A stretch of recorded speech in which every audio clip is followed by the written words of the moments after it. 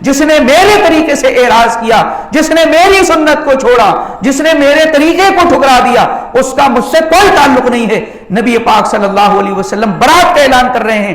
کس بات پر؟ کسی غلط کام کی نیت صحابہ نے نہیں کی ہے، کسی غلط کام کے کرنے کا فیصلہ نہیں کیا ہے، بلکہ نیکیاں اس لیے کی گئی ہیں کہ اللہ کے نبی صلی اللہ علیہ وسلم کی عبادتیں کس درجے کی ہیں اور ہم کچھ بھی نہیں کر رہے ہیں، لہذا ہم زیادہ سے زیادہ عبادت کرنا چاہتے ہیں۔ اللہ کے نبی صلی اللہ علیہ وسلم نے فرمایا کہ مجھ سے اس کا کوئی تعلق نہیں ہوگا اگر کسی نے یہ کام کیا۔ نماز پڑھنے میں کوئی حرج ہے، روزہ رکھنے میں کوئی حرج ہے، لیکن جگہ صحیح نہیں ہے، طریقہ نبی کا نہیں ہے، اس لیے عبادت بھی عبادت نہیں ہے۔ نیکی بھی اگر غلط جگہ پر کی جائے گی تو وہ بھی گناہ بن جائے گی، یاد رکھیے، نیکی بھی اگر غلط جگہ پر کی جائے گی تو وہ گناہ بن جائے گی۔ اتحیات میں، تشہد میں اتحیات کی جگہ سورہ فاتحہ پڑھ لیجئے، نیکی ہے نا سورہ فاتحہ پڑھنا، لیکن جگہ اس کی غلط استعمال ہو گئی، اس لیے وہ گناہ بن گئی، نماز نہیں ہو سکتی آپ کی، کیونکہ نبی کے طریقے کی مخالفت۔ اس حدیث کے اندر سمجھنے کے لیے سب کچھ موجود ہے ان لوگوں کو جو کہتے ہیں قرآن پڑھنے میں کیا حرج ہے، فاتحہ لگانے میں کیا حرج ہے، برسی کرنے میں کیا حرج ہے، تیجا کرنے میں کیا حرج ہے، 40واں کرنے میں کیا حرج ہے، میلاد منانے میں کیا حرج ہے، کنڈے اور یہ سارے خرافات بدعت کرنے میں کیا حرج ہے۔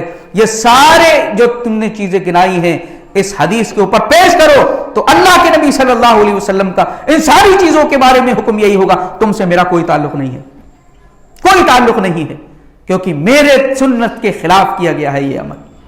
اللہ کے نبی صلی اللہ علیہ وسلم برات کا اعلان فرمانے۔ اب آخری بات میں آپ کے سامنے رکھ کر کے اجازت لیتا ہوں۔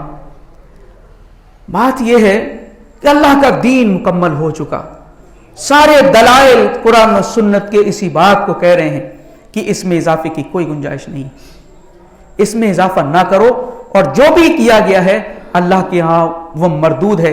من احدث فی امرنا ھذا ما لیس منہ فہو رد، جس نے بھی اللہ کے اس دین میں کوئی چیز نئی ایجاد کی وہ رد کر دی جائے گی۔ اس لیے بار بار ہمارے اس دین میں بار بار یہ بات کہی اللہ کے نبی نے، کیونکہ دنیا کا معاملہ الگ ہے، مختلف ہے، دنیا کی حد بندی آپ نے نہیں کی ہے۔ دنیا کی حد بندی اس طریقے سے ہے، کسی بھی کام کے اوپر حرمت کا، منع کا اگر آپ نے اشارہ فرمایا ہے، حکم دیا ہے، تعلیم دی ہے تو اس پر رک جانا ہے، لیکن دین کے سلسلے میں اگر کوئی کام آپ کر رہے ہیں تو اس کی دلیل آپ کو معلوم ہونی چاہیے، نبی سے، اللہ سے، قرآن و سنت سے کوئی ثبوت ضرور آپ کے پاس موجود ہونا چاہیے، اس کے بغیر اللہ کے یہاں پر وہ عمل قابل قبول نہیں ہے۔ اب عوام کا سامنے بڑا مشکل مرحلہ ہوتا ہے، عوام کیا کرے؟ عوام کیا کرے؟ آپ کھڑے ہوتے ہیں تو بتاتے ہیں کہ یہ بدعتیں ہیں، وہ کہتے ہیں کہ بھئی اس میں کیا حرج ہے، اس میں کیا حرج ہے، قرآن پڑھا جا رہا ہے، بھئی یہ تو قرآن کے دشمن ہے، نبی کے درود کے اوپر پڑھا جا رہا ہے، یہ تو درود کے دشمن ہے، یہ جو ہے ان ساری نیکیوں کے دشمن ہے۔ عوام کیا کرے؟ ہمارے دین نے، ہمارے پیارے رسول نے عوام کو بھی بہت ہی پیاری نصیحت فرمائی ہے، اگر عوام اس پر غور و فکر کر لے، اللہ کی قسم صحیح راہ پر لگ جائے گی، کسی مولوی کی ضرورت اس کو پڑھنے والی نہیں ہے۔ اللہ کے نبی صلی اللہ علیہ وسلم ارشاد فرماتے، بخاری مسلم متفق علیہ حدیث ہے، آپ صلی اللہ علیہ وسلم ارشاد فرماتے، ان الحلال بین وان الحرام بین، لوگوں جان لو حلال واضح ہے اور اس بات کو بھی جان لو کہ حرام واضح ہے، اور حرام جو چیزیں اللہ نے کی ہیں وہ واضح ہیں، کوئی اختلافات نہیں ہیں، اور جو حلال کی ہیں وہ بھی بہت واضح ہیں، شیطان وہاں ڈنڈی بہت کم مار پاتا ہے جا کر کے۔ دو چیزیں آپ نے بیان فرمائی، وَبَيْنَهُمَا أُمُورٌ مُشْتَبِهَاتٌ، حلال واضح، حرام واضح، ان دونوں کے بیچ میں کچھ کام کنفیوزنگ ہوتے ہیں، مشتبہ ہوتے ہیں۔ یہ مشتبہ والے سارے امور ہیں، ایک مولانا کہہ رہا ہے یہ بدعت ہے، دوسرا کہہ رہا ہے صحیح ہے، یہ ایک کہہ رہا ہے کہ بدعت حسنہ ہے، ایک کہہ رہا ہے کہ یہ گمراہی ہے، عوام کیا کرے؟ اللہ کے نبی فرما رہے ہیں یہ کنفیوزنگ معاملہ تمہارے ساتھ جو شروع ہوا ہے نا، تین طریقے کے معاملات ہیں، حلال واضح، حرام واضح، وبینہما امور مشتبہات. اور آپ نے کیا فرمایا آگے؟ فمن اتقى الشبہات فقد استبرأ لدینہ وعرضہ. اللہ اکبر. جو شخص ان مشتبہ چیزوں سے بچ گیا تو سمجھ لو اس نے اپنے دین کو بھی بچا لیا اور اپنی عزت کو بھی بچا لیا. اللہ اکبر. اس کا دین بھی بچ گیا، دین بھی سلامت ہے، خطرے سے باہر ہے، اور اس کی عزت بھی خطرے سے باہر ہے. ذلیل نہیں ہو سکتا وہ شخص جو ان بیچ والی مشتبہ چیزوں سے بچ گیا. اللہ اکبر. جتنا جھگڑا ہے مسلمانوں میں آج انہی مشتبہ چیزوں پر جھگڑا ہے. جتنی بدعتیں ہیں انہی بدعتوں کے اوپر جھگڑا ہے. حرام چیزیں جو ہیں ان میں بھی کوئی اختلاف نہیں، حلال چیزیں اس میں بھی اختلاف نہیں. مشتبہات کا دائرہ بہت وسیع ہے، اور یہی شیطان اپنا پورا مقصد حل کر لیتا ہے. دنیا پرست جتنے بھی ہوتے ہیں، فَأَمَّا الَّذِينَ فِي قُلُوبِهِمْ زَيْغٌ فَيَتَّبِعُونَ مَا تَشَابَهَ. رب فرما رہا ہے جو لوگ جن کے دلوں کے اندر کجی ہوتی ہے، ٹیڑھ ہوتی ہے، جن کے دلوں کے اندر چور ہوتا ہے، وہ مشتبہ چیزوں کے پیچھے لگ جاتے ہیں. اللہ نے فرمایا، اللہ کے نبی فرما رہے ہیں کہ جس نے اپنے آپ کو ان مشتبہ چیزوں سے بچا لیا اس نے اپنے دین کو بھی محفوظ کر لیا اور اپنی عزت کو بھی محفوظ کر لیا. وَمَنْ وَقَعَ فِي الشُّبَهَاتِ. اور جو شخص ان شبے والی چیزوں میں پڑ گیا، ان شبے والی چیزوں میں پڑ گیا، فَقَدْ وَقَعَ فِي الْحَرَامِ. آپ نے فرمایا وہ حرام میں واقع ہو گیا. آپ نے یہ نہیں کہا کہ حلال میں جائے گا. وہ شبے والی چیزوں میں پڑا تو سیدھا حرام کے اندر داخل ہوگا. اللہ اکبر. حلال واضح، حرام واضح، مشتبہ امور ہے بیچ میں. جو بچ گیا ان سے اپنے عزت کو، اپنے دین کو بچا لے گیا، اور جو ان مشتبہ چیزوں میں الجھ گیا، ان مشتبہ چیزوں کا شکار ہو گیا. بھئی جس پر کوئی دلیل موجود نہیں ہے، بھئی مشتبہ چیز تو ویسے ہی ہو گئی. جس پر شریعت کا معاملہ واضح نہیں ہو رہا ہے، امت کے اندر بہت بے انتہا اختلاف ہے، کوئی کہہ رہا حرام ہے، کوئی کہہ رہا حلال ہے، اتنی شبہ والی چیز ہے، چھوڑ دیجئے اس کو. اور جو شخص ان مشتبہ چیزوں میں واقع ہو گیا تو وہ حرام میں واقع ہو جائے گا. اس بات کو سمجھانے کے لیے اللہ کے نبی صلی اللہ علیہ وسلم نے مثال بیان فرمائی کہ دیکھو کیسے شبہات کی چیزوں میں پڑھنے والا حرام میں واقع ہوتا ہے، کیسے واقع ہوتا ہے. آپ صلی اللہ علیہ وسلم نے ارشاد فرمایا کہ ایسے کررائی یرا، جیسے ایک چرواہا ہوتا ہے، اپنے جانوروں کو وہ چراتا ہے. میڑ ہے، ادھر تو اس کا اپنا کھیت ہے، اس میں وہ بکری چرا رہا ہے، اور اس میڑ کے برابر میں اس کے بھائی کا کھیت ہے، وہ اپنے ہی کھیت میں چرا رہا ہے، اس میں چرانا اس کو حلال ہے اور ادھر چلانا اس کے لیے حرام ہے. وَبَيْنَهُمَا أُمُورٌ مُشْتَبِهَاتٌ. کنفیوزنگ شبہ والی یہ میڑ ہے. اللہ کے نبی فرما رہے ہیں اگر کوئی شخص اس حلال کو چھوڑ کر کے حلال کو چھوڑ کر کے اس مشتبہ والی چیز پر جائے گا، اس پر اگر اپنے جانور کو لے جائے گا تو ممکن ہے کہ اس میڑ سے اس حرام والے جو اس کا کھیت ہے اس کے اندر منہ مار لے. ممکن ہے، جو اس کے لیے جائز نہیں ہے، جو اس کے لیے جائز نہیں ہے. اور کیونکہ شبہ والی چیز پر تم پہنچے تو ممکن ہے وہاں پر وہ منہ مار لے اور پھر وہ حرام کے اندر واقع ہو جائے. اللہ اکبر. ایسے ہی حرام حلال واضح ہے، بیچ میں مشتبہ امور ہیں. عقل کا استعمال کرے اگر یہ عوام. اللہ اکبر. شریعت کا معاملہ بالکل اوپن ہے. سن لے، سمجھ لے، دیکھ لے، پڑھ لے کہ کون گمراہ کر رہا ہے، کون مشتبہ چیزوں کے اندر گمراہ پھنسا رہا ہے، اور صرف بدعتوں پر ہی زور ہے. سنتوں کا تو معاملہ سب ختم ہو گیا، صرف نام رہ گیا زبان پر. یقولون ما لا یفعلون. جو کہتے ہیں وہ کرتے نہیں. بڑی سنتوں کی بات ہے، بڑی محبت کی بات ہے، اور عشق کی بات ہے نبی سے، لیکن اللہ کے نبی فرما رہے ہیں یقولون ما لا یفعلون، جو کہتے ہیں وہ کرتے نہیں، اور کرتے وہ ہیں جو حکم نہیں دیا گیا۔ اللہ اکبر۔ پوری شکل اور تصویر ان احادیث کی روشنی میں ہم آج کے معاشرے کی مسلمانوں کی حالت کو دیکھ سکتے ہیں کہ کس طریقے سے بدعتوں کے اندر مسلم معاشرہ گھرا ہوا ہے، بہت مشکل حالات ہو گئے ہیں۔ اللہ کے نبی نے عوام کے لیے اس میں بھی رہنمائی فرمائی کہ تم علم نہ ہونے کے باوجود بہت زیادہ، لیکن پھر بھی اپنے دین کو اور اپنی عزت کو بچا سکتے ہو، لیکن مشتبہ معاملات سے دور رہو، بچ کے رہو، کیونکہ یہ حرام میں پڑھنے کے زیادہ مترادف ہیں، ہلاک ہو جاؤ گے، اب حرام کے اندر داخل ہو جاؤ گے اگر تم مشتبہ میں پڑھنے کی کوشش کرو گے۔ لہذا ان معاملات سے اپنے آپ کو بچا کر کے رکھو جس میں حرام اور حلال کا اختلاف امت کے اندر موجود ہو رہا ہے، دلیل کوئی واضح موجود نہیں ہے، اس چیز کو ترک کر دیجئے اور انشاءاللہ ہمارا دین اور عزت محفوظ رہ جائے گی۔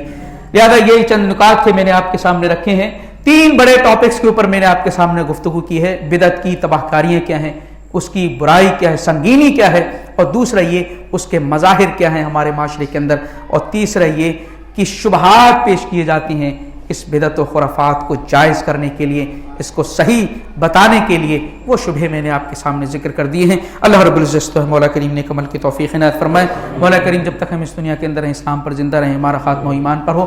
مولا کریم اس درس کو، اس پروگرام کو ہمارے بھائیوں کی ہدایت کا ذریعہ بنائے، اصلاح کا ذریعہ بنائے۔ یقیناً ہمارا مقصد کسی کو ہرٹ کرنا، کسی کو تکلیف پہنچانا نہیں ہے، لیکن جس طریقے سے غلط فہمیاں معاشرے کے اندر پھیلائی گئی ہیں اور کتاب و سنت سے دور کیا گیا ہے، یہ ذمہ داری بنتی ہے امت کے رہنماؤں کی، امت کے جانکار اور علماء لوگوں کی۔ اللہ نے خود فرمایا ہے وَلْتَكُمْ تَأْمُرُونَ كُنْتُمْ خَيْرَ أُمَّةٍ أُخْرِجَتْ لِلنَّاسِ تَأْمُرُونَ بِالْمَعْرُوفِ وَتَنْهَوْنَ عَنِ الْمُنكَرِ، بہترین امت ہو، تم برے کاموں سے روکتے ہو اور بھلے کاموں کا حکم دیتے ہو۔ لہٰذا اس مقصد کے تحت اس طریقے کی باتیں اور معاشرے میں پھیلی ہوئی گمراہیوں پر ہم بات کرتے ہیں۔ اللہ رب العزت سے دعا ہے مولا کریم ہماری جس حساب سے نیک نیتی ہے، مولا کریم اسی حساب سے ہمارے بھائیوں کی اصلاح کی مولا کریم توفیق عنایت فرمائے۔